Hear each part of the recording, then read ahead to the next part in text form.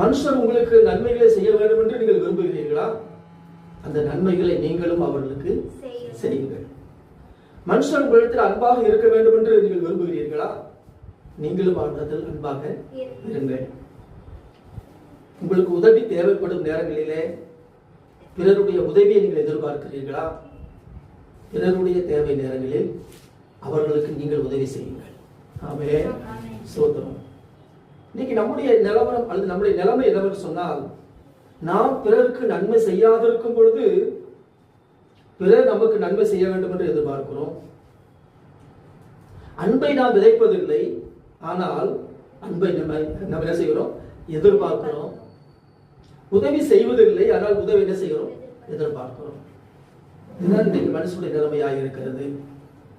ஆனால் சத்திய வேதம் சொல்லுகிறது, மனுஷன் உங்களுக்கு என்ன செய்ய வேண்டும் என்று நீங்கள் விரும்புகிறீர்களோ அதையே நீங்கள் அவர்களுக்கு என்ன செய்யுங்கள். வேதம் சொல்லுகிறது, எல்லா மனுஷருக்கும் முன்பதாக யோக்கியமானவைகளை நன்மையானவைகளை செய்ய நாடுங்கள். Do good things. Hallelujah. Do good things in the sight of all men என்று எழுதப்பட்டிருக்கிறது. எல்லா மனுஷருக்கும் முன்பாக நன்மையானவைகளை செய்ய நாடுங்கள்.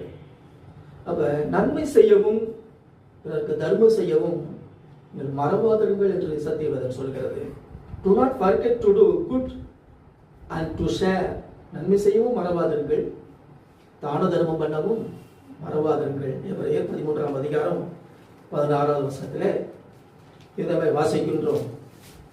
இப்படிப்பட்ட பலிகள் மேலே தேவன் எப்படி இருக்கிறாரா? பிரியமா இருக்கிறார் எழுதப்பட்டிருக்கிறது.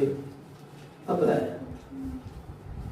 சகலமும் நம்முடைய வாழ்க்கையில சுத்தமா இருக்க ஒரு வழி உண்டு என்று சொல்கிறார். உங்களுக்கு உண்டானவைகளிலே பிறருக்கு தான தர்மம் செய்யுங்கள். ஆமென். உங்களுக்கு உண்டானவைகளிலே பிறருக்கு தர்மம் செய்யுங்கள். அதுதான் ஸ்தோத்திரம். லூக்கா எழுதின சுவிசேஷம் 11வது அதிகாரம் 41வது வசனத்திலே வாசிக்கின்றோம். உங்களுக்கு உண்டானவைகளில் பிச்சை கொடுங்க, அதாவது தர்மம் செய்யுங்கள், அப்பொழுது சகலமும் உங்களுக்கு சுத்தமாக இருக்கும். உங்களுக்கு உண்டானவைகளிலே நீங்க தர்மம் செய்யுங்க, அப்பொழுது சகலமும் எப்படி இருக்குமா? சுத்தமாக இருக்கும். ஆமென்.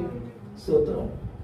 அப்போஸ்தலனாகிய பவுலும் சொல்கிறார், வாங்குறதை பார்க்கணும், கொடுக்கிறதே பாக்கியம் என்று இயேசு சொன்ன வார்த்தைகளை நீங்கள் நினைவு கூறுங்கள் என்று அப்போஸ்தலர் 20ஆம் அதிகாரம் 35வது வசனத்திலே அவர் சொல்லியிருக்கிறதை நம்ம பார்க்கிறோம். இயேசு சொன்ன வார்த்தைகளை நீங்கள் நினைவுங்கள்.